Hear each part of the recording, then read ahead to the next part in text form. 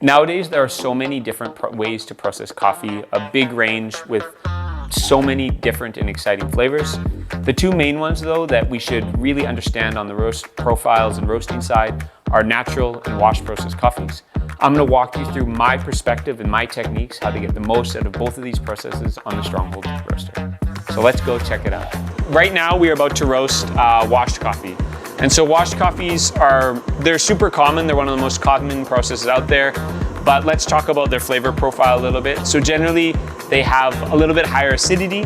They're less fruity, but with that lower amount of fruit, they can often have really interesting notes. They can have florals, they can have interesting tea notes. So even though it seems like a classic coffee, there's a big range of flavors you can get from them.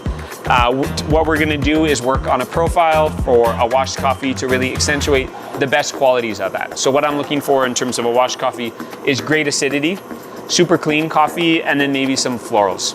We've picked a coffee today that I think is maybe one of the best washed coffees in the entire world. We have Takeshi Gesha. It is the classic Gesha. It's super floral, lots of tea, great acidity, and that is what we're gonna try and highlight with this roast profile today. So I'm gonna load 600 grams.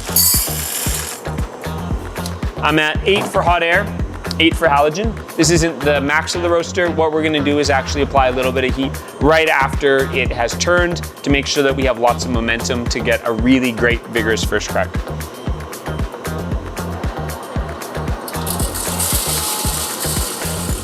So one of the keys for roasting washed coffees that have large amounts of florals is that you want to make sure you have a lot of energy near the end of the roast. So I'm going to make sure in these initial parts that the roast has enough heat that's going to carry all the way to the end.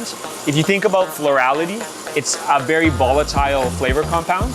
And so what we want to make sure is that we develop it with a lot of energy, but that we don't extend the roast so much that it is lost. Because you can create that floral, and in a moment, it can leave. And so what I'm going to try and do with this roast is get a bunch of florals into the cup, and then drop the roast early enough that we've preserved all of them. I'm going to wait a little bit longer at 8.5. And then after the roast starts to turn, once it's peaked on its ROR, I might add a little bit more heat just to make sure we preserve a nice high ROR, because for floral coffees, that's gonna be really important going into first crack. I still like to use a lot of halogen, even for washed coffees in the initial stages. I think it helps dry the coffee, it helps the coffee open up, and it's gonna give us more even development later on. So you can see I've just lined up with my reference there. I'm gonna start to apply a bit more heat.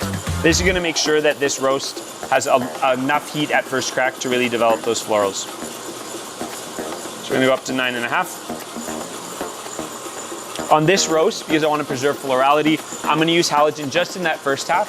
Once the coffee starts to brown, once it is a light tan or a light brown, that's when I'll really start to pull the halogen out of this roast. A big part of why roasters prize florality in coffees is that they are so rare, both in the way that we produce coffee.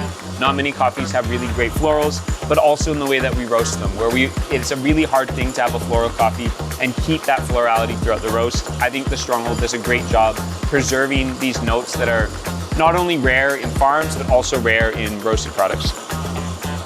We'll pull a bit out of the drum heater.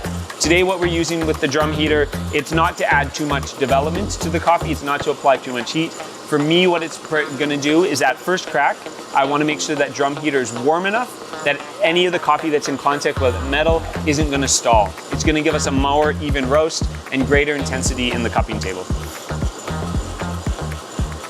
I'm gonna pull a bit more out of the drum heater.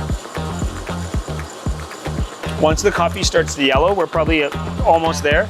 I'm gonna start to pull down the halogen. I'm gonna add a little bit more to the hot air, just because we're gonna transition from that halogen heat to more air heat to preserve the momentum that we have and keep this roast moving along. So halogen's gonna go down to 6, and we're just gonna add a little bit of heat. I'm not gonna keep it at 10 for too long, just enough to make sure that we don't have a big change in ROR as we move from halogen and start to step that down. We have a really gentle yellow right now. I'm gonna step it down again.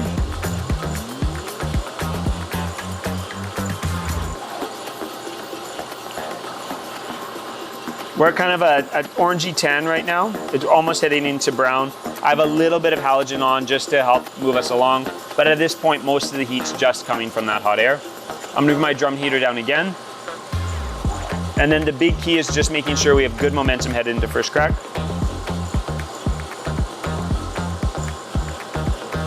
I'm gonna pull a bit of hot air out so we don't come in too fast. Now, this Takesi is a very, very dense coffee, which means that even though it's drying, even though it's brown, there's still moisture in that cell wall. And so when we hit first crack, it's gonna be an aggressive first crack. It's gonna release a lot of moisture. And so for coffees that I find have an aggressive first crack that can really slow down the rates, I'll actually apply a little bit of heat.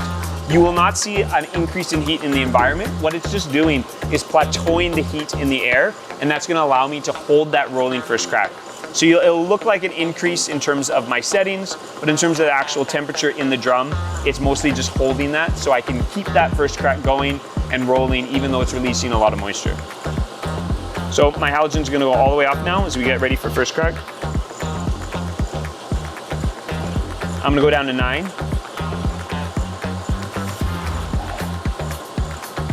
Slow it down just a bit more. I want to be around 7 for this coffee in terms of my bean service RR. That's going to be a really healthy first crack. You can hear cracking, we're at 7.5. I'm going to wait for one more pop just to make sure that we actually are there.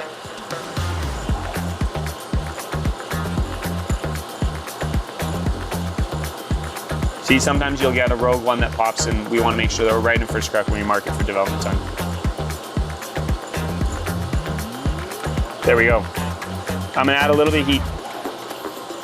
And again, this is just plateauing that environment to make sure that that crack's gonna be rolling. Because we wanna get a lot of the development done in a short period of time to preserve those florals. We're only looking at about a minute to a minute 15 for our development time.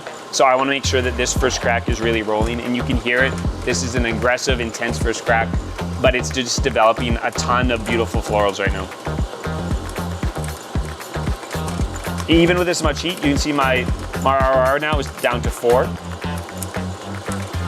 It's down to 3. So you can see even though we applied all that heat, it's still slowing down.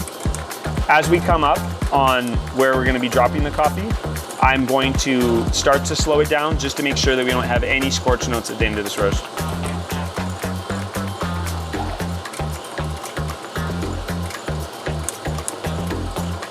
We're gonna drop this for about a minute 5 development time is right where we wanna be.